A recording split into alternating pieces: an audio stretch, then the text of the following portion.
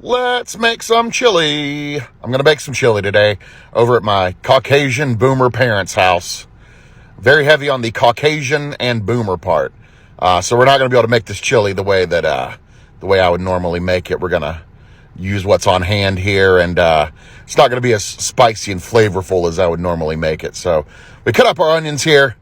We dice them up like you do, and then we take some peppers here. I got red peppers and some orange and yellow peppers here, and I'm a little embarrassed here because I would normally use like fresh jalapenos or at least like some green bell pepper. I would probably still use the red pepper, but the yellow is kind of, I feel like it's a culinary sin, but here we go. We're making it anyway. So there's the peppers. All right, now let's get our spices and herbs together. We're going to start with a little bit of cumin. That's very important in chili.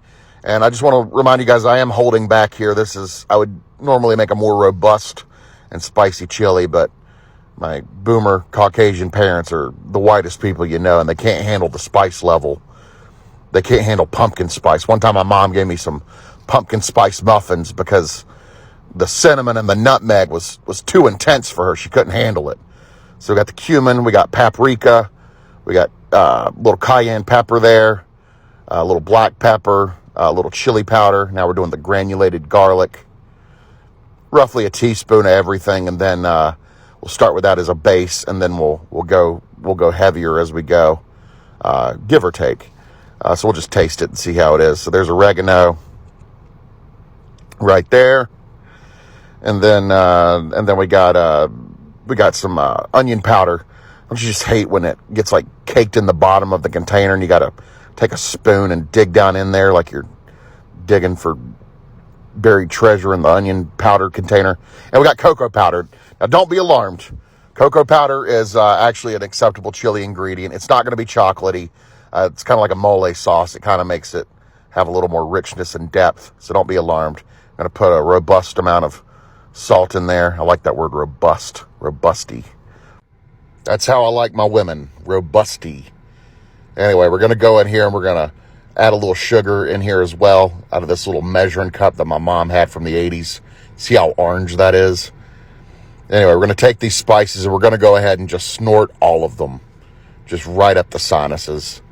So we got cayenne, paprika, red pepper, cumin, onion powder, cayenne pepper, garlic powder, sugar, chili powder, oregano, cocoa powder, salt, and black pepper.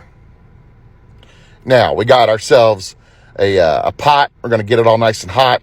Dump a little olive oil in there. Get it all nice and shimmering. And then we're going to put some onions in there. Take those onions and sweat them down. You ever notice how, like, BO smells like onions a lot of time? And then we put the red bell peppers in there. Turn on the light so you guys can see. Yeah, like with a body odor, it's either it smells like onions or it'll smell like chicken noodle soup.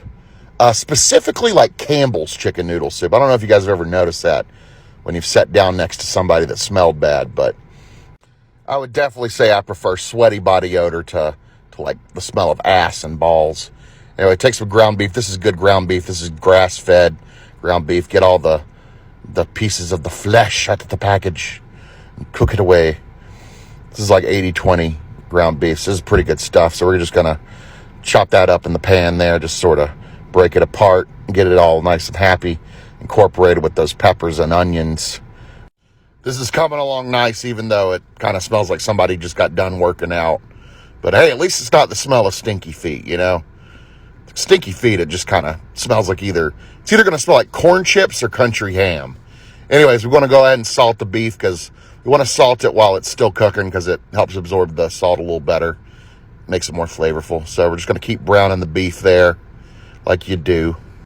Now, next, we're going to go on in here and we're going to add some whole ripened peeled tomatoes out of a can.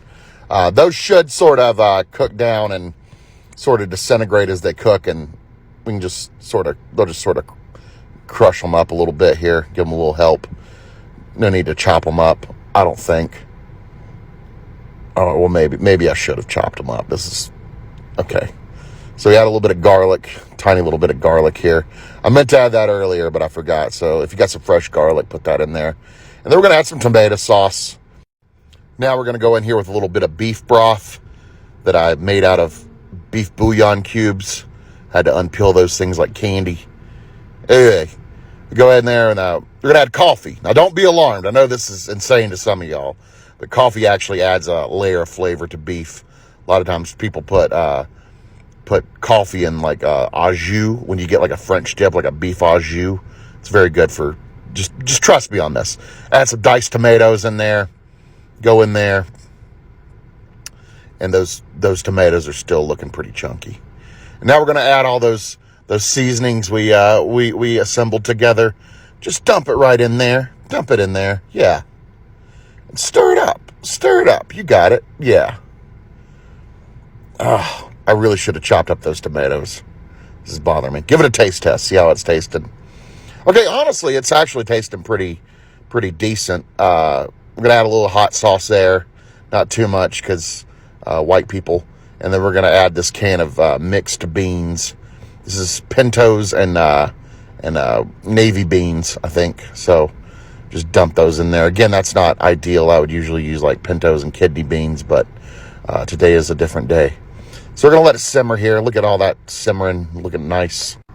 Kind of looks like my great Aunt Alice's vegetable beef soup. It was kind of like a little Brunswick stew she would make, and she'd make it for everybody. All the old people used to hang out at her house, like my great uncle and his second wife. His first wife died in the mid-90s, but he got remarried, and he remarried this mean-ass ugly bitch that looked like Mr. Bean with floppy titties.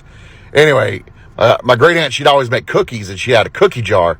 This lady was always gatekeeping the cookie jar. She'd be like, "You can't have any cookies. You've had too many cookies. Stay out of the cookie jar." Like it was her job to watch the cookie jar. Anyway, she was trying to get into a car one time, and the car was moving, and she fell down and hit her head, and she died. And I'll be honest with you, I wasn't sad at all.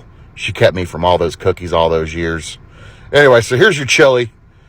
We're going to take a little shredded cheese, whatever kind you like, and just put it on top there. Let it get all nice and melty. And then we're going to add a nice little dollop of sour cream, and we're going to hit it with some Cholula hot sauce. And that's how we make our sort of half-assed, not ideal, but tasty chili, and serve it with some cornbread. And that's how you do it.